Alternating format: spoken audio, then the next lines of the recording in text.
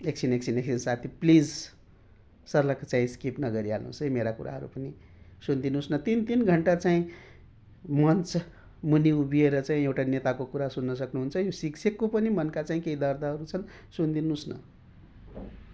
आज राष्ट्रिय टेन्डर आह्वान भइसकेको छ। ठेकदारहरूले चाहिँ टेन्डर भरिसकेका छन्। अब केही समयमा निकट भविष्यमा चाहिँ के हुँदैछ त भन्नुहुन्छ भनेपछि कसको हातमा यो राष्ट्रको बागडोर जाने भन्ने चाहिँ डिक्लेयर हुँदैछ र जसको हातमा बागडोर गए पनि त्यही हो र उनीहरूले चाहिँ अन्तर्राष्ट्रिय ब्याङ्कमा जम्मा गर्ने अकुत सम्पत्ति चाहिँ कलेक्ट गर्नेछन्। नेपाली जनता भाँडमा जाउन्, उनीहरूलाई केही मतलब छैन।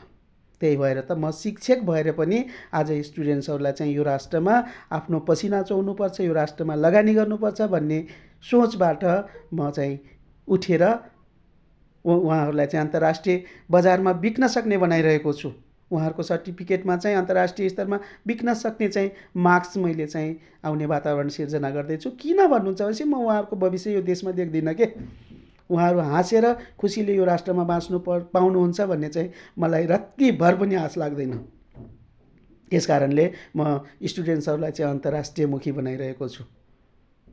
म आफ्नो कार्यप्रति कहीँ न कहीँ असन्तुष्ट त छु, तर के गर्नु, मेरो चाहिँ अन्तिम विकल्प भनेकै त्यो हो, मेरो विद्यार्थीलाई चाहिँ अन्तर्राष्ट्रिय बजारमा बिकाउने।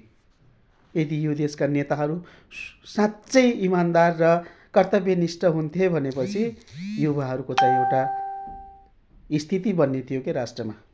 युवाहरू चाहिँ खुसीले बाँच्न पाउने वातावरण हुन्थ्यो। विडम्बना त्यो भएको छैन र म अहिलेका यो चाहिँ आउने हाम्रा चाहिँ नेताहरूलाई, हाम्रा प्रतिनिधिहरूलाई चाहिँ म कसम दिन चाहन्छु, यदि अब पनि राष्ट्रप्रति चाहिँ यस्तै किसिमको चाहिँ सोच बनाएर अगाडि बढ्नुभयो भने तपाईँलाई चाहिँ नेपाल आमाको श्राप लाग्नेछ, तपाईँलाई चाहिँ आफ्नै आमाको चाहिँ श्राप लाग्नेछ।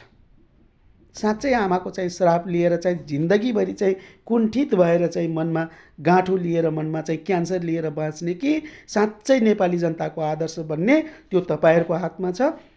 सोच्नुहोस्।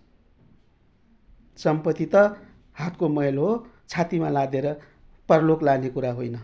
तपाईँको चाहिँ नाम इज्जत यो संसारमा रहनेछ। नाम इज्जत राख्ने कि त्यो अकुत सम्पत्तिलाई चाहिँ छातीमा लिएर चाहिँ यमराजको घरमा जाने, त्यो तपाईँको चाहिँ विवेकको कुरो हो, तपाईँको सोचको कुरो हो।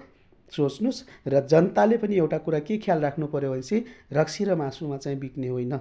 अब चाहिँ आफ्ना सन्तानलाई, आफ्ना सन्ततिलाई, जेन्जीहरूलाई यो देशमा बस्ने चाहिँ वातावरण दिने, यही देशमा चाहिँ कमाएर खाने चाहिँ वातावरण दिने र चाहिँ अनाहकमै जेन्जीहरूको चाहिँ ज्यान जाने वातावरणको सिर्जना गर्ने होइन। होइन भने हामी नेपालीलाई पनि श्राप लाग्नेछ। सम्पूर्ण नेपालीले चाहिँ जिन्दगीभरि चाहिँ रोएर बाँच्नुपर्नेछ, जिन्दगीभरि चाहिँ पिल्सिएर बाँच्नुपर्नेछ।